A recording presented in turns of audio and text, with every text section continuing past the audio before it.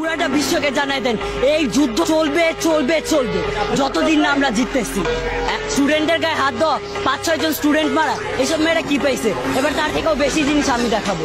আমার সামনে ওই ব্লাস্ট করছে, ওগুলা ব্লাস্ট করার পর আমি 3বার সেন্সলেস হয়ে পড়ে গেছি, তারপর আবার উঠে আসি। আমাকে খাওয়ায় আবার উঠাইছে, কারণ আমি পাওয়ার আছে আমার। দোয়া করবেন যাতে আপনাদের মতো পুরান সন্তানদের মুখ না লাগে।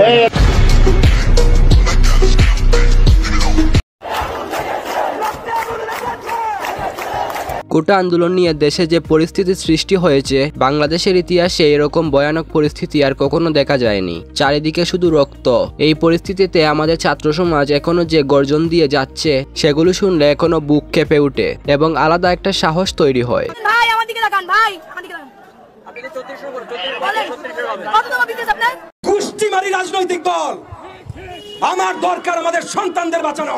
আমি এখানে থাকবো, এখান থেকে আমাকে কেউ সরাইতে পারবে। আজকের এই ভিডিওতে আমি আপনাদের সেই সাহসী গর্জন শোনাবো, যেগুলো শুনলে আপনিও জ্বলে উঠবেন।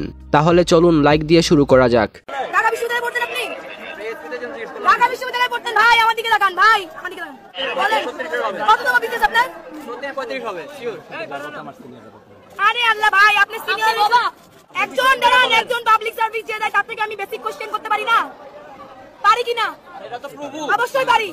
এই আপুটির কথাগুলো শুনে আপনারা হয়তো বুঝতে পারছেন যে তার বুকে কতটা সাহস আছে। তার কথাগুলোর মধ্যে একটা জেদ লুকিয়ে আছে। পুলিশের মুখের উপর কড়া জবাব দিল এই আপুটি। এই পুলিশদের ব্রেইন আছে ডিউতে পড়ার, ফাজলামি করে তারা আমাদের সাথে। অবশ্যই বলতে পারি, সে একটা মেধাকে মারতে পারে না। কিভাবে সে রংপুরের ছেলেটাকে মারলো? সে এরকম করছে, তাকে গুলি মেরে দিল। তার তো বিশ্বাস আছে যে পুলিশ তাকে মারবে না, তাকে মেরে দিল। কিভাবে? হাউ ডেয়ার দেয়ার? এরকম জায়গা আমি বাঁচতে চাই না। মেরে ফেলুক আমাকে। পৃথিবীর কোনো দেশে বাঙালি এখনো চাকরিও পাইতেছে না, কারণ বাংলাদেশের ভৌগোলিক আর পুরো দুনিয়ায় বাংলাদেশ এখন জানে বাংলাদেশ কেমন একটা রেড অ্যালার্ট কান্ট্রি হচ্ছে বাংলাদেশ। এই আপুটি একদম সঠিক কথা বলছে। আসলেই তো একজন ম্যাট্রিক পাস পুলিশ কিভাবে ভার্সিটি এবং মেডিকেল পড়ুয়া ছাত্রদের উপর গুলি চালায়?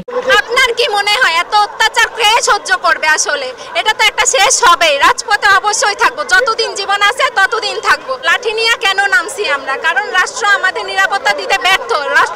রাষ্ট্র লজ্জিত হওয়া উচিত। আমাদের ভাইরা যারা ছাত্রলীগ করে, আমাদের ডিপার্টমেন্টের ওদের কাছে আজকে আমার প্রশ্ন যে 2 দিন পরে দেখা যাবে তোরা আমাদের উপরে হামলা চালাবি, আমাদের বোনদের উপরে মারবি, মানে তোদের তো মিনিমাম লজ্জা হওয়া উচিত। মানে মানুষ পা চাটলে কিভাবে চাটতে পারে?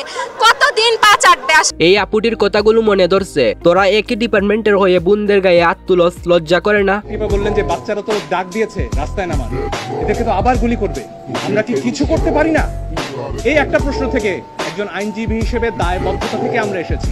আধা ঘন্টার মধ্যে পিটিশন ড্রাফট করে আমরা বলেছি যেভাবে পারে যে পারে যেন এই গুলিটা থামানোর চেষ্টা করা হয়। আমরা আমাদের সন্তানদের রক্ষা করার জন্য এসেছি, কারো বাপের প্রয়োজনে আমরা এখানে আসিনি। আমি এখানে থাকবো, এখান থেকে আমাকে কেউ সরাইতে পারবে না। আপু কল দিছিল, আপু কল দেওয়ার পর বলতেছে যে তোর আর ফোন দেওয়া হবে না। আমাকে কল দেওয়া হয়েছিল, আম্মু বলতেছে তোর তুই তাড়াতাড়ি বাসায় না, তোর বাসায় ঢুকতে দেবে। আমি বলছি যাচ্ছা, আমি বাসায় ঢুকবো না, আমি বাইরেই থাকবো। রাত্রে আজকে বাইরেই থাকবো, 2-3 দিন তুমি চেষ্টা করো না। যতদিন না বিজয় হইতেছে। আমার আজকে ভাইরা কোটার জন্য সুইসাইড করতেছে, আমার ভাইরা চাকরি পাইতেছে না, সুইসাইড করতেছে। কেন করতেছে? আজকে ভাইরা করতেছি, ভবিষ্যতে কি আমরা সুইসাইড করবো না? এই ছোট ভাইটির সাহস দেখে আমি অবাক। তোর মতো সাহসী ছেলে যেন বাংলার গড়ে গড়ে জন্ম নেয়। স্যালুট জানাই ব্রাদার। গোষ্ঠীমারি রাজনৈতিক দল, আমার দরকার আমাদের সন্তানদের বাঁচানো। আমি বিএনপি বুঝি না, আমি এনডিএম বুঝি না, আমি গণ অধিকার পরিষদ বুঝি না, এবি পার্টি বুঝি না, মুসলিম লীগ বুঝি না, জামাত বুঝি না, কোন দল বুঝি না। আমি বুঝি আমাদের সন্তানরা রাস্তায় দাঁড়িয়েছে, আমি বুঝি আমাদের সন্তানদের রক্ত ঝরছে, আমি বুঝি আমাদের সন্তানদের লাশ মাটিতে পড়ছে। এই স্যারের প্রতিবাদমূলক কথাগুলো অনেক ভালো লাগছে। ধন্যবাদ স্যার ছাত্রদের পাশে থাকার জন্য। এই আন্দোলনকে এইভাবে প্রতিহত করাটা কি আপনার কাছে যৌক্তিক মনে হয় কিনা? এটা তো আপনি কালকে যে সাইড যে ছেলেটা ছিল, যে ছবিটা রংপুরের ছেলেটা, ও নিরস্ত্র একটা ছেলে। আপনি স্টুডেন্টদের উপরে গুলি চালাতে পারেন? আপনি ছাত্রদের উপরে, নিরস্ত্র ছাত্রদের উপরে কোনো অবস্থাতে আপনি গুলি চালাতে পারেন? এটা জবাব প্রশাসনকে দিতে হবে। বাংলাদেশের মানুষ এটা জানতে চায় যে আমরা একটা প্রাণের কথা বলবো, একটা দাবি তুলবো। আপনার সেটা পছন্দ না হতে পারে, আপনি বাহাস করেন আমার সাথে, আপনি আমাকে কথা বলতে দিবেন না। আমি কথা বলবো, আপনি গুলি করে মারবেন। ও একটা মায়ের বাচ্চা, ও একটা বোনের ভাই, আপনি ওকে মেরে ফেলছেন। এটা একটা কথা হলো? এই আপুটি একদম ঠিক কথা বলছে। দাবি পছন্দ নাই হতে পারে, এজন্য ছাত্রদের উপর গুলি চালানোর অধিকার দিল কে তোদের? ওরা কারা? ওরা কি আমাদের বন্ধু? ওরা কি আমাদের বন্ধু? সরকারি গোলাম। পা চাটলে মানে না চাটলে পা চাটলে সঙ্গে না চাটলে জঙ্গি। দেশ টাকার বাপের কেনা না, লাখো শহীদের রক্তের বিনিময়ে দেশ। এই মেয়েটি সরকারের গতি নামিয়ে দিয়েছে। এরকম সাহসী মেয়েদের দেখলে স্যালুট দিতে মন চায়। কিছু নাই, আমি এখন নিজে সুইসাইড করে ফেললো কোনো কিছু নাই, আমি বিচার দিয়ে যাচ্ছি, জগতের কাছে বিচার দিয়ে যাবো। আমি আমার ছেলেটাকে নিয়ে আমি নিজেও শেষ হয়ে যাবো। আমার মেয়ের কি অপরাধ ছিল? আমার মেয়ে ভালো স্টুডেন্ট, এটাই কি অপরাধ? আমার মেয়ে মেধাবী, এটাই কি তার অপরাধ ছিল? আমার মেয়ে ডিপার্টমেন্টে ফার্স্ট ছিল, এটাই কি তার অপরাধ ছিল? আমার মেয়েটা বিমান বাহিনীর দিদি পাইলট ছিল, এটাই তার অপরাধ ছিল? আমি গত বছর আমার হাজবেন্ড হারাইছি, আজকে বুঝে আমি মেয়েটা হারাইলাম। এই ভিডিওটি দেখে সত্যি চোখের পানি চলে আসলো। এই মাটির বুক কালি হয়ে গেল। সত্যি অনেক কষ্ট পেলাম। স্টুডেন্টরা কেন মরবে? এটা কেমন কথা? আমরা এটা মেনে নিতে পারি না। আজকে আমরা মেনে নিতে পারছি না দেখে আজকে আমরা এখানে দাঁড়িয়েছি। এবং একটা কথা বলতে চাই যে আপনারা যারাই আমাকে শুনছেন না কেন এই মুহূর্তে, স্টুডেন্টদেরকে বুঝিয়ে বলুন, মেরে না। সো আমরা এই অপরাধ কখনোই মানতে পারবো না দেখে আজকে আমরা সবাই এখানে একত্রিত হয়েছি এবং আমরা চাই এটা খুব দ্রুত সমাধান হোক। অভিনেত্রী সাফা কবিরের এই কথাগুলো অনেক ভালো লাগলো। তিনি এই আন্দোলনে ছাত্রদের পাশে ছিলেন।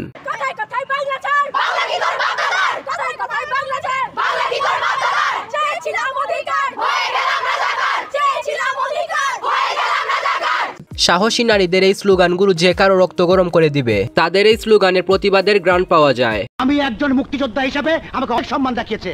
আমার মুক্তিযুদ্ধের সার্টিফিকেট ওকে দিব, ওই জন্য কালকে নিয়ে যায়। আচ্ছা, কিসের সার্টিফিকেট? মুক্তিযুদ্ধের। কিসের মুক্তিযুদ্ধ? হাই মুক্তিযুদ্ধ হয়েছিল। তুমি আমার মহান মুক্তিযুদ্ধ সম্পর্কে উল্টা পাল্টা বলবো না। চুপ করো। মুক্তিযুদ্ধ যদি হইতো আর সত্যি যদি মানুষের মুক্তি হইতো, তাহলে তোমার সার্টিফিকেট দেখে আমার চাকরি নিতে হইতো না। ফার্স্ট ক্লাস পাওয়ার পর 5 বছর ধরে ঘরে বেকার বলেছি। ওই থাম না, মুক্তিযুদ্ধ এখন করবো। এই কি বলিস? প্রয়াত চিত্রনায়ক মান্নার 2001 সালের ছবির কথাগুলো 2024 সালে এসে 100% মিলে গেল। আমরা কেন হল ছাড়বো? আমরা সাহিত্য শাসিত প্রতিষ্ঠানের স্টুডেন্ট, সরকার এখানে নাক গলাইতেই পারে না। They have no right. আপনাকে মাঠে নামাইয়েন না, শান্ত হিংস্র বাঘিনী বাঘকে মাঠে নামাইয়েন না। এগুলো তো যুবক। আমরা তো অযৌক্তিক কোনো দাবি নিয়ে এখানে আসিনি। আমরা বলি না এই কোটা বাতিল করেন, আমরা বলছি সংস্কার করেন। আমরা মেরে বের হবো, লাশ হয়ে বের হবো ওখান থেকে। আমরা লাশ হয়ে বের হবো ওখান থেকে। এই মেয়েটির কথাগুলোর মধ্যে অনেক শক্তি আছে। সরকারকে উদ্দেশ্য করে কথা বলতে অনেক সাহস লাগে, যা এই মেয়েটির মধ্যে আছে। দেশ বিক্রি করে খাইয়ে দিছে অলরেডি। দেশের মানুষের বুকে পাখির মতো গুলি করছে। দেখাল, আমি দেখাচ্ছি।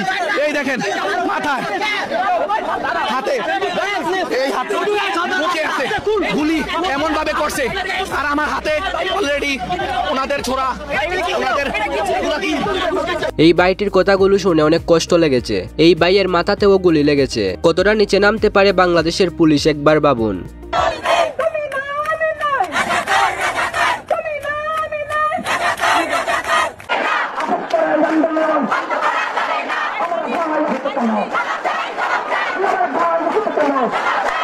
এই বোনটি যদিও আমাদের মাঝে নেই, তবুও তার সাহসী কথাগুলো রয়ে গেল আমাদের মাঝে। শুভকামনা রইল আপনার জন্য। আপনি ভালো থাকবেন।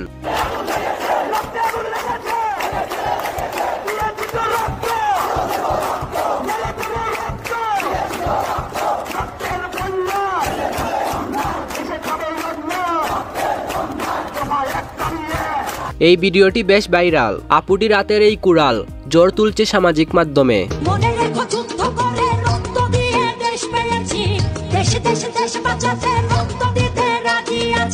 হাজার হাজার পুলিশের মাঝে দাঁড়িয়ে এই বাইটির গর্জন যেন কতই না সাহসের। প্রতিটা মায়ের বুকে যেন এরকম সাহসী ছেলে জন্ম নেয়। আমরা ঢাবি স্টুডেন্ট ভাবে মার খেয়েছি, আমাদের ভাইদের যেভাবে মেরেছে, আমি নিজেও ইনজুরিতে আছি। আমি তারপর আজকে আন্দোলনে আসছি। এখন পর্যন্ত বাবাকে বলে আসছি, আজকে যদি মরে যায় আমার রাষ্ট্র থেকে রাস্তা থেকে কেউ না তুলে। আমার ছাত্র দল যখন বিজয় উল্লাস নিয়ে বের হবে, আমাকেও তখন যদি বিজয় ঘোষণা করে আমার লাশ তারা দাফন করে। এটা বাসা থেকে বলে আসছি। এখন কি হবে সেটা পরে দেখা যাবে ইনশাআল্লাহ। তো যাই হোক, আজকে এই পর্যন্তই। আজকের এই ভিডিওটির কোন ডায়লগটি আপনার সবচেয়ে মনে ধরেছে অবশ্যই কমেন্টসে জানিয়ে দিবেন। তো দেখা হচ্ছে পরবর্তী ভিডিওতে। ততক্ষণ ভালো থাকুন, সুস্থ থাকুন।